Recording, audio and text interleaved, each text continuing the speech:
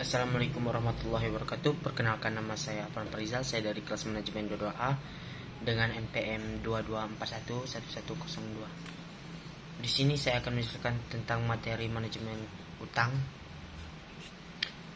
Nah, yang pertama ada definisi hutang. Apa itu hutang? Hutang adalah sejumlah uang atau nilai ekonomi lainnya yang dipinjamkan oleh suatu pihak kepada pihak lain. Merupakan kewajiban finansial yang harus dilunasi dalam jangka waktu tertentu, seringkali disertai dengan pembayaran bunga atau biaya tambahan atas penggunaan uang tersebut.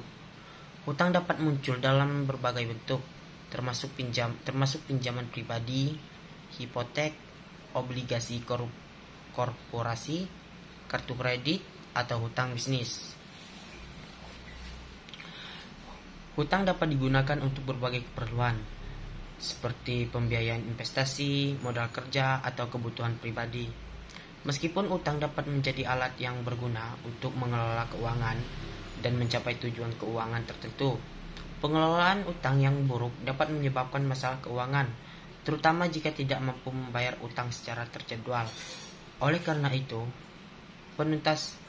penantasahaan utang yang baik penting dilakukan untuk memastikan utang digunakan secara bijaksana dan sesuai dengan kemampuan finansial pinjaman.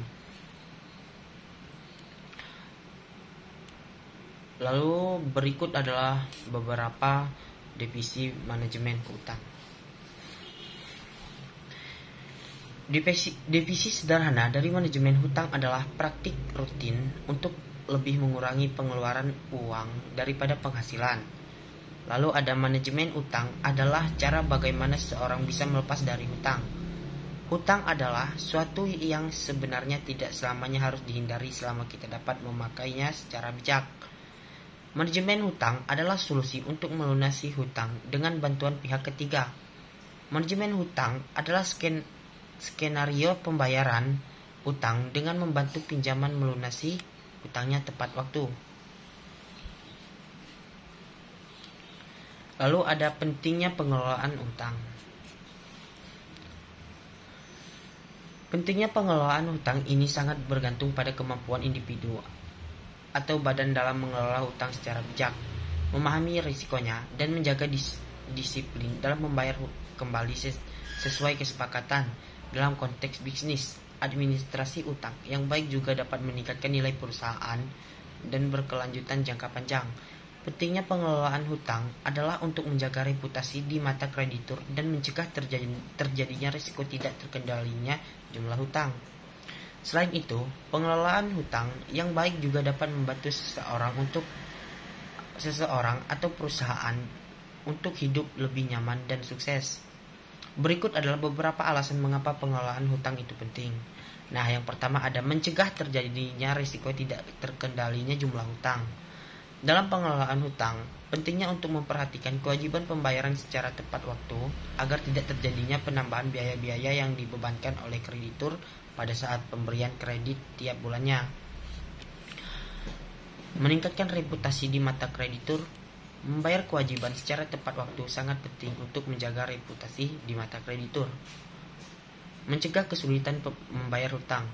Jika suatu saat terjadi musibah sehingga kesulitan membayar hutang, maka perlu dilakukan pengaturan kembali pengeluaran bulanan yang berhemat agar dapat membayar seluruh hutang. Membantu dalam pembangunan dan mewujudkan kesejahteraan utang adalah alat untuk mengakselerasi pembangunan dan mewujudkan kesejahteraan rakyat. Membantu dalam menunjang perjalanan kegiatan usaha. Utang usaha dapat membantu perusahaan dalam menunjang berjalannya kegiatan usaha seperti pembelian bahan baku, penambahan mesin produksi, dan sebagainya. Jenis hutang. Nah, jenis hutang jangka pendek. Hutang ini mempunyai jangka waktu yang pendek, biasanya kurang dari 1 tahun. Contoh hutang jangka pendek antara lain hutang perdagangan, cerukan, dan hutang jangka pendek lainnya yang digunakan untuk membiayai kebutuhan operasional dalam jangka pendek. Nah, hutang jangka panjang. Hutang ini mempunyai jangka waktu lebih dari 1 tahun. Ini dapat mencakup hipotek, pinjaman jangka panjang, dan obligasi koperasi Hutang jangka panjang sering kali digunakan untuk membiayai proyek-proyek besar atau investasi jangka panjang. Lalu ada hutang terstruktur. Hutang terstruktur adalah jenis hutang yang memiliki karakteristik khusus atau kontrak yang rumit. Ini mungkin melibatkan skema pembayaran yang rumit atau fitur kontrak yang khusus. Contoh hutang terstruktur termasuk derivatif keuangan atau sekuritas terstruktur.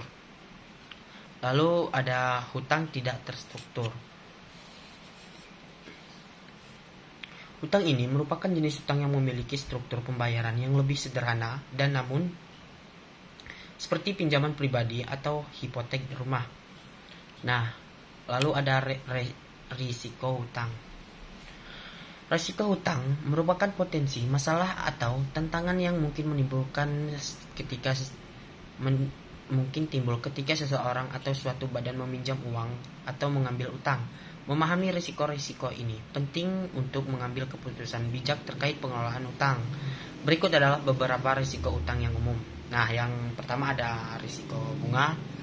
Ini adalah jika suku bunga naik, pembayaran bunga atas utang variabel juga akan meningkat sehingga menambah beban keuangan pinjaman. Lalu ada risiko likuiditas. Ketika meminjam tidak mampu memenuhi kewajiban pembayaran utangnya, maka timbul risiko likuiditas. Hal ini dapat menimbulkan kesulitan dalam mengelola utang dan mengancam waktu keberlanjutan keuangan. Lalu ada risiko kredit. Pemberi pinjaman menghadap risiko kredit. Jika peminjam tidak mampu membayar utangnya, risiko ini dapat mengakibatkan kerugian finansial bagi pemberi pinjaman, seperti bank atau lembaga keuangan. Risiko pasar.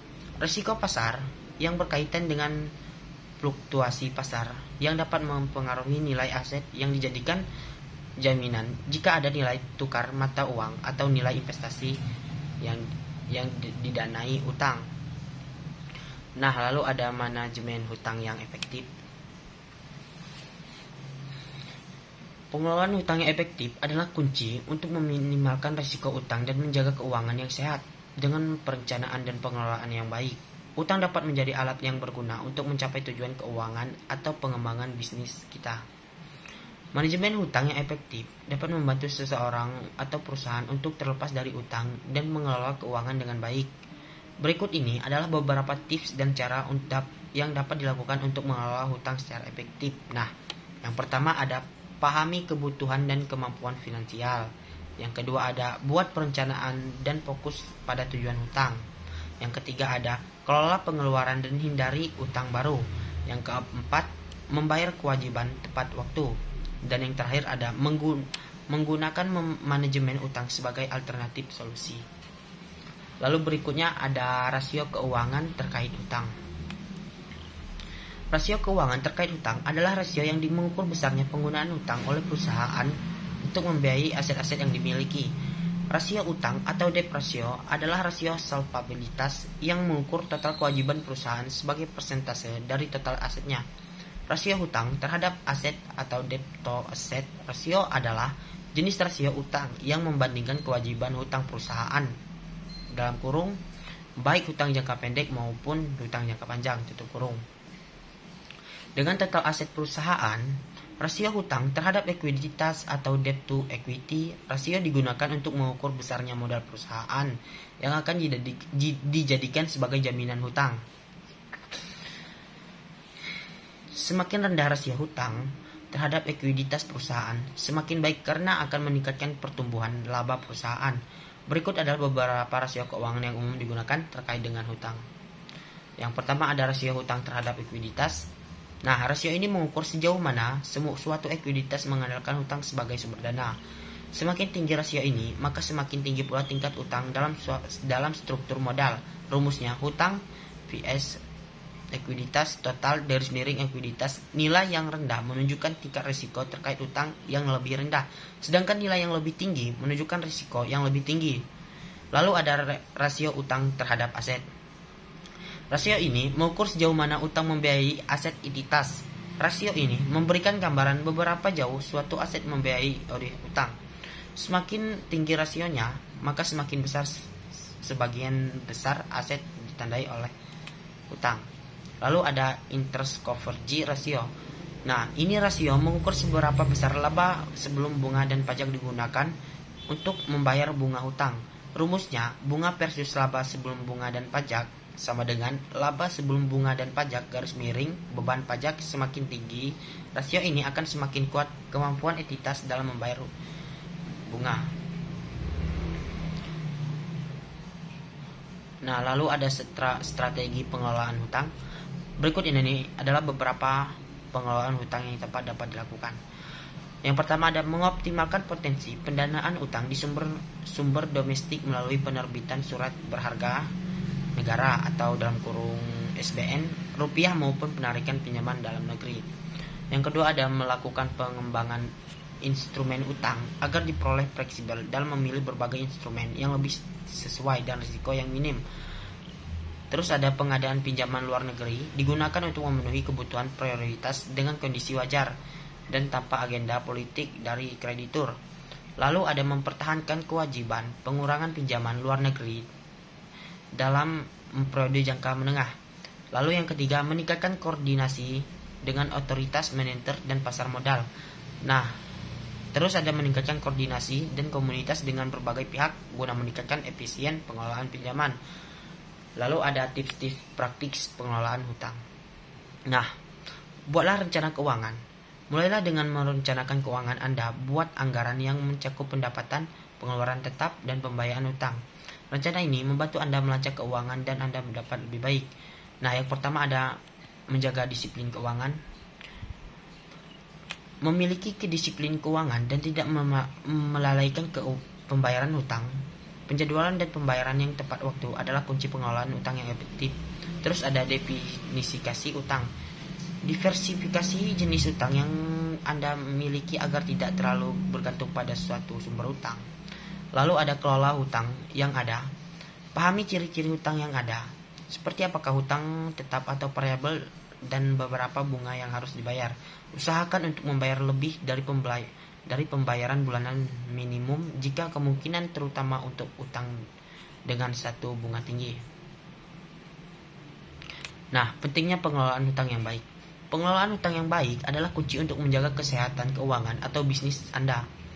Ini membantu menghindari risiko keuangan yang berlebihan dan kemungkinan Anda mencapai tujuan keuangan dengan baik. Pentingnya pengelolaan hutang yang baik adalah sebagai berikut. Yang pertama ada membantu menjaga keseimbangan keuangan pribadi atau perusahaan. Utang yang dikelola dengan baik dapat membantu memenuhi kebutuhan finansial yang tidak dapat dipenuhi dengan pendapatan saat ini. Lalu yang kedua ada meningkatkan kemampuan untuk berinvestasi. Utang yang dikelola dengan baik dapat membantu meningkatkan kemampuan untuk berinvestasi dalam hal-hal seperti pendidikan, bisnis, atau properti. Lalu yang ketiga yang terakhir ada meningkatkan kesejahteraan ekonomi. Pengelolaan utang yang baik dapat membantu meningkatkan kesejahteraan ekonomi secara keseluruhan, baik pada tingkat individu maupun pada tingkat negara. Nah, ini kesimpulannya